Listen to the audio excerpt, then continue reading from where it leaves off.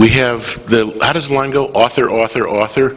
We have Elmo with us today. I hope everybody's read his books. If they haven't read his books, you should go out and get his books, because when you're talking about the history of gaming, when you're talking about Reno, when you're looking to find out what these names meant and where they came from and what they did, it's phenomenal. And if anybody has his book, he'd be happy to autograph him as well. What we'll do, like we normally do, is if you reach into your pockets or your purses or wherever, take your cell phones out and either turn them off or turn them to vibrate. And you can hear mine. And then you'll remember afterwards to turn them back so you can actually not wonder what that little vibrating thing is in the side of your body. And the other thing we'd like you to do is, when Al's making his presentation, no matter how desperately you want to ask him a question, kind of hang on till the end, because it's better that way than getting into a conversation. And despite my best attempts yesterday, we had conversations going on, not presentations. So without further ado, Al?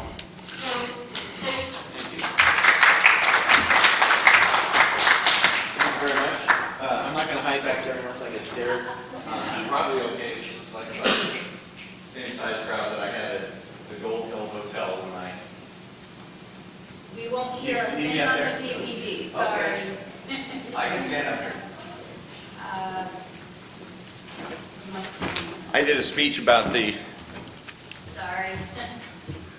history of baseball in the Comstock at the Gold Hill Hotel, and I drew maybe half this crowd. So actually, this is a big group for me, so I'll try not to be too nervous. I appreciate you mentioning turning off your cell phones. If you could also do me one other favor, please try and stay awake. It'll only be 10 or 15 minutes. I appreciate it. This is a cover of my book, as you can see. I don't think you can miss that. That's a picture of me after I finished the book, and I was kind of happy about that. This book is actually a love story, not so much in the book itself, but between me and the gaming industry. I didn't set out to be in the gaming industry. It wasn't my plan. Originally, my mother wanted me to be a doctor. I thought I would probably be a baseball player. Apparently, you need talent in both those areas to continue on, and let's face it, after 30 years, I'm still saving lives. Let's go on. This is a picture of a number of friends that worked with me on this book and some other research. Bill Petit, on your left, is the nephew of Nick Abelman, who's a central body in this book. Bill has a encyclopedic knowledge of Reno and the area and the people and the places. Fran Petit, right next to me, I'm in the center with the mustache. Fran is in that photo about 85. He's now 95, still kicking and screaming. He broke his arm earlier this year when somebody cut in front of him on Plumas. I don't know if you've driven in Reno, but that street has been getting worked on for about 20 years straight. He's a little cranky about that. Sil Petrucciani is on my left in this photo, still around, still doing well. His father was Slot Machine Johnny. He didn't start, but ran the Palace Club for years and years. And on your far right is Dwayne Kling, who many of you may have met. Dwayne wrote an encyclopedia of the casinos of Reno, which is a terrific book. If you haven't picked it up, it's a great resource. All righty. This is a picture of Nick Abelman in 1906. Nick was born on Christmas Eve in 1876. He told people all his life that he was from Chicago. He was actually from Kovno, Lithuania, but he loved America, he loved being an American, and he loved telling people he was from Chicago. That held up until about 3 years ago when I found some historical information and some census information that proved that his brother actually came to America earlier. Nick actually arrived about 6 years later when he was 6, and he had a lifelong dream of seeing the Statue of Liberty since it came after his arrival in America. When he arrived in Goldfield, he was already a 10-year professional of the saloon industry. He ran poker games. He had heard about Goldfield. He heard about all the gold that people were pretty much just picking up out of the dirt. He set up a jitney service. Not too many people had driver's licenses or had cars. He drove George Wingfield around for a long time. He was a partner of George Wingfield's, and his first club in Goldfield was the Bon Ton Club. This is a picture of George Wingfield, a little nicer photo. George was already a millionaire by this time. George also was born in 1876. He invested a lot of money in mines, land, and real estate. Virtually every casino or saloon that he was identified with, he was the owner of the land and the building. And he would lease back the casino, and he always took a piece of the action. That meant regardless of whether the casino owner wanted him to. And this lasted until he passed away in another 50 years later. Go ahead. This is a picture of George's first saloon, the California Saloon. This is actually in the town of Golconda. A terrific photo by the Nevada Historical Society, and in a book by Elizabeth Raymond. The book George Wingfield is a terrific read. It's a little bit dry, but it has so much information packed into it. If you're interested in George, the richest man in Nevada, maybe the richest man at the turn of the century, it's a terrific book. Okay. This is a great picture of early Tonopah. On the left-hand side, in the middle of the block, there's a little sign sticking out. I don't know if you can see it, but it's actually right here. That's the Tonopah Club sign. And there were a number of owners. George Wingfield originally bought into the club, and then with his weight and power, he convinced the parties involved that he should own the building, which he did. Nick Abelman owned approximately 50% of the club. George owned the rest. We can go on. Here's a picture of Nick Abelman taking it easy in the desert. Wherever there was a gold strike, whether it was Weepaw or Manhattan or Rhyolite or Goldfield or Tonopah, anywhere where miners were heading to the area, that's where Nick went. Nick would take his partners, Steve Pavlovich, and Steve would set up a roulette wheel, set up the drinking, the important part, and it was always a race to see who would have the first saloon and who would get the bulk of the money out of the area, the miners or the saloon owners. These people are a little more serious than Nick was. This is Mr. and Mrs. Felix Torillas. Felix is kind of a forgotten character, as Nick was, although he was instrumental in early Reno. He owned the Northern Hotel and Casino in Reno. He dealt a lot of poker. He dealt poker to people like George Wingfield. It's a very colorful character, a very tough character, and a very loyal character to people like Nick Abelman. He also owned Lawton's Hot Springs, where Nick and a number of the casino owners would go for favors. At one point there was an accident, and Nick took one of his partners out to be watched over for nearly a month, and Felix took care of him.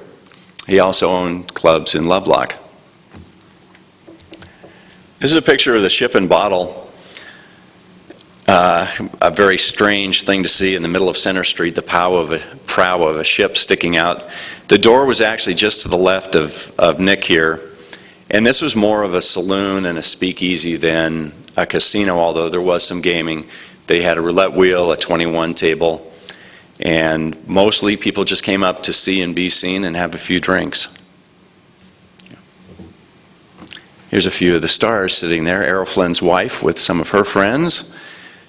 I don't know if you can see the table, but the club was very well appointed. They actually had some rugs.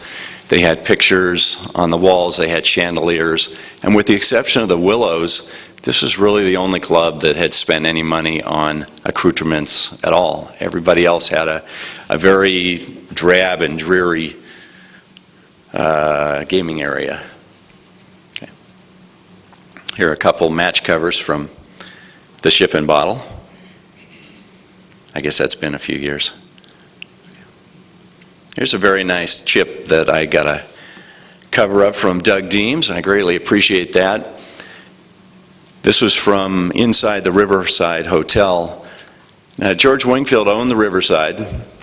He owned the building. He rebuilt after a fire, and he leased out the casino. Steve Pavlovich and Burt Riddick were not full partners with Nick. They always owned 10 or 20%. Nick was very democratic with his partners. He listened to them, and he always split the profits with them, even though many times they didn't have as large an investment as he was making. But George Wingfield always insisted on a 10 to 20% cut of the pie. He didn't invest any money. He didn't do any marketing or advertising. He just came by once a week with his bodyguard and their satchel and put a little money in his bag and walked off to the next club. And that included virtually every club in Reno. Here's a nice picture of Nick all dressed up and ready to go. He's on his way to New York in this photo. Graham and McKay ran into a little trouble with a number of different people who were swindled at the Riverside Bank. It's detailed fairly well in my book. In a nutshell, con men across the country were finding very rich people and explained to them that they could help them make even more money. They took them to Reno and they swindled them out of stock. The stock was given as collateral at the bank. The stock was shipped off and sold. The collateral was given to the marks, and the marks were later removed from their money, shall we say. Go ahead. Nick's not really a fashion icon, but he did like to dress up. Here he is with his son in the 1930s, late 30s actually. He's outside the Reno racetrack. The racetrack was owned by Nick, Graham, McKay, and also Jack Dempsey. Go ahead. The Jack Dempsey? The Jack Dempsey. Jack actually fronted a number of clubs, including a casino in Mexico, for Graham and McKay, and was very well known in the 20s and 30s. He had some fights in the area, so he was a favorite. And there's Jack, looking very dapper, considerably larger than people like Nick. He's about 8 inches taller than Nick, so when they're standing together, Nick looks tiny. This was a construction of the Reno racetrack and casino, and there's an upcoming photo of the ring that was built to house some fights that were coming. You can go ahead. And there it is. This was for a fight in 1931. Reno's population was only 27,000, but 15,000 people streamed into Reno to see the fight. There was a casino on the far left-hand side, and it ran for about 10 years. This is in a book called Dempsey in Nevada by Guy Clifton. Another terrific read. If you've seen it, you know what I'm talking about. If you haven't, Guy Clifton is a writer for the Nevada State Journal. Has a real love for boxing, and inside this book he details a lot of information about Bill Graham as a promoter, James McKay as a promoter of Dempsey, and how he lived his life and how much time he spent in Reno. This is a favorite photo of mine. This is the Cal Neva in the early 1930s. For some reason, this just strikes me as a very homey picture. The club's all the way at the back. It wasn't ostentatious. It was very well appointed inside. There was a lot of beautiful woodwork. But the cabins and the road to it, the roads are dirt. The cabins were very rustic. That's kind of the way I wish Lake Tahoe still was. I've spent a lot of time at Lake Tahoe. My mother had pictures of her taken there in the 40s. My wife and I spend 4th of July there every year, so this is just a great old photo with the trees, and it was an interesting mix there. Graham and McKay owned the club after 1928. Bones Remmer ran the club for them, both during the time they were in Reno and during the time they were in Leavenworth Prison. Babyface Nelson was a bodyguard slash chauffeur slash whatever I need you to do gentleman as he was hiding from the law in Chicago. Pretty Boy Floyd also showed up and laundered some money. So they had an interesting group of characters at the club. There's a little closer picture of Scarlett Sullivan. He came to Tonopah in 1906, just like Nick did. He was a professional boxer, and while his boxing career didn't pan out that well, He worked as a bodyguard for Bill Graham and McKay later on. Graham and McKay actually were bodyguards for George Wingfield, and at a certain time for both of them, George Wingfield asked Nick Abelman if he wouldn't please teach them the saloon industry and give them a little piece of his club, which Nick did. You can go ahead. Bill Graham, very dapper gentleman, very ruthless gentleman. He pretty much did as he pleased. George Wingfield, I thought, had that edge, but Bill Graham was even tougher than George Wingfield was. He was born in 1891 in San Francisco. His brother was born a few years after that and actually played some professional baseball. The fact that his career didn't pan out probably distressed Bill Graham. Graham was a great sports promoter, a big fan of sports, and he liked to bet on sports. I'm sure he would have liked to have bet on the games his brother was playing in. Jim McKay also loved to bet sports. He got his name Cinch because he liked to bet on things that he had already arranged to make sure he would win. He was a promoter and he was the financial expert. He loved to write down numbers, to figure out exactly what the clubs were going to do, how much they had to turn to make money, and he liked to figure out exactly what he and Graham's share should be whenever they were involved in any money transactions, money laundering, and the real estate and stock swindles. Bill Graham wasn't quite as ostentatious. It's a very nice house on California Avenue. It's still there, but not huge. It's right across the street from Nick Abelman's, which is on the next slide. It's a little larger, as you can see. The servants' quarters were in the back. They had full-time servants at all times. Nick liked to pay cash for things. He bought the house for cash. He did not believe in bank accounts, although he did break down and get a driver's license. He was a little incensed that he had to pay a registration fee for his vehicle, however. You can go ahead. Here's a couple of pictures of Felix's clubs. The Big Meadow is above.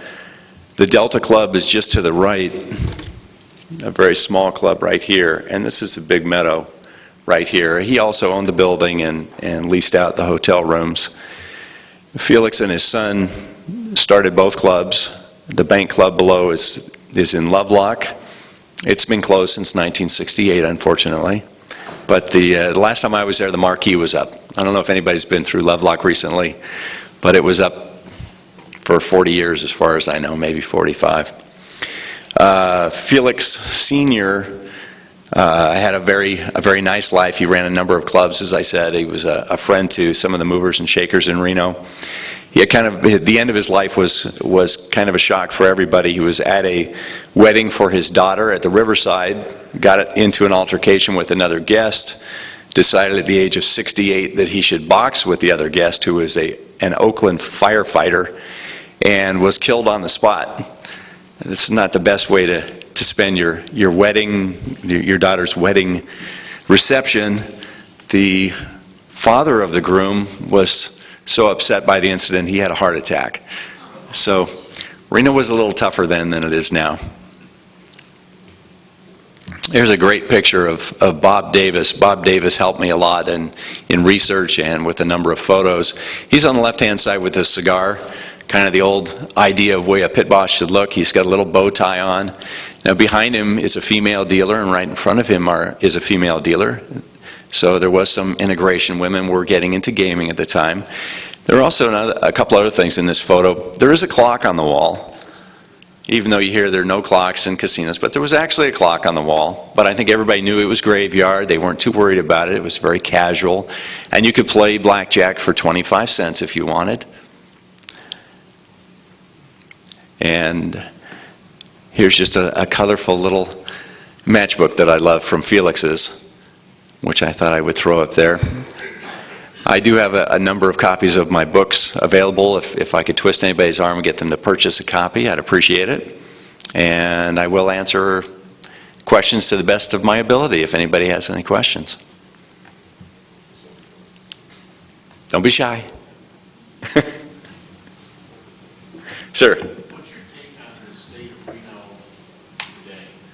Reno is back where it was in about 1925. The roads are fine, but people are stopping on the way. There are highways.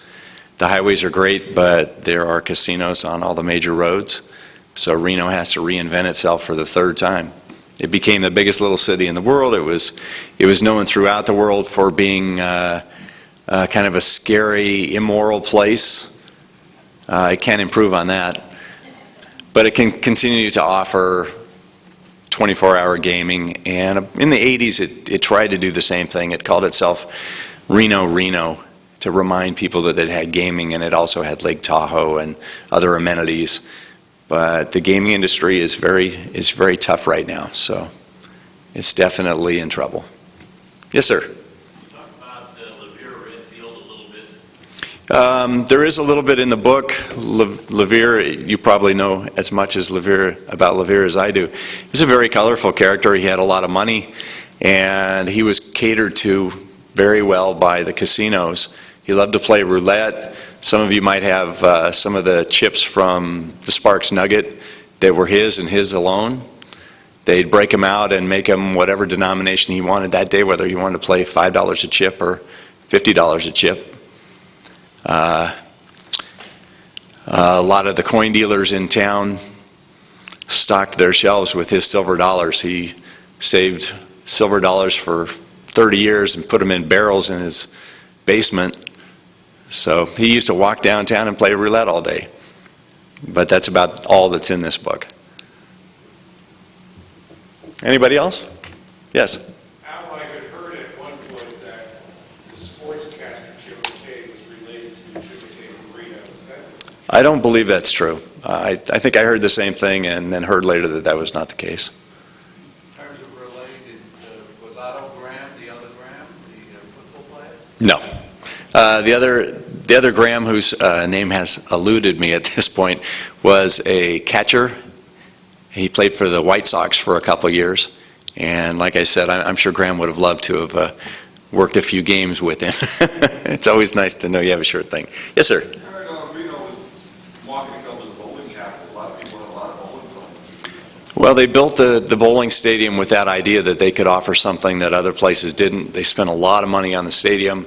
Unfortunately, they alienated their locals by insisting that locals would not be allowed to use the facility. Only the bowlers from out of town would be able to use it. They've changed that since, but it wasn't the perfect situation. But they've tried. It's been a good venue for them. And another thing about it is, does Reno do anything about as far as getting direct traffic to Reno? Because it's kind of hard to fly there most of the time. In the 1980s, they had Reno Air, which brought them in directly. Unfortunately, Reno Air did so well, it was bought out, and their lines canceled as soon as they were bought out. So they had a great idea. They just got undercut by the rest of the airline industry, unfortunately. Yes, sir. Was the Las Vegas mob ever interested in Reno, or was that a completely different casting? The Vegas mob was interested in Reno. They got in a little too late. Graham and McKay had such a strong hold on Reno that there really wasn't a chance for Chicago or Kansas City or New York to move in. They did make some overtures in the 1940s, which is detailed in the book. Unfortunately, that didn't work out too well for them. Yes? Are there any casinos in Reno still putting silver dollars in their slot machines? No, unfortunately. That was a fun time. Yeah. Can I answer any other questions? Yes? I may be off on this one. Lincoln Fitzgerald Yes. and the Fitzgerald Board. Mhm. Where does that all tie in The when he showed up? Lincoln showed up in 47, 48, pushed out the Robbins brothers out of the Nevada Club and took it over. He and his partners were part of the Chesterfield Club and Chesterfield Gang in Detroit, and they moved to Nevada just at the right time. They were able to get in, establish a base, and then get protected by the Nevada governor so they wouldn't be indicted. They were actually eventually indicted and removed from the state, but they wound up with nothing more than a fine from their previous activities. So that was good. Once you got to Nevada, you were in pretty good shape. Graham and McKay, although they spent time in Leavenworth and were obviously guilty of more than just stealing money, actually got a full pardon. Senator Pat McCarran convinced Harry Truman to offer that, and he did. Yes? I have a 12.5-cent chip from Ernie and Harold's. Have you ever heard of such a place? Not in Reno. Maybe somebody else knows. Yes? Can you get Amtrak, can you get a commercial line to go, I mean, trains go to Reno now? I mean, I know it's hard to fly there, but can you get there by train, because you can't get the base? You can still get to Reno by train. It goes underground, part of the way. But definitely, yes, sir. What year did they stop using the silver dollars to read machines? The U.S. stopped issuing silver certificates in 1964, and the price of silver was rising, so most of the clubs pulled them out of circulation. The Michigan Tool and Die Company made the first dollar tokens that I know of. They came out in 1965, and they were made of copper and didn't wear very well, so the clubs went to other suppliers like the Franklin Mint, who made beautiful, beautiful tokens. Anybody else? Well, thank you very much. It's been a pleasure.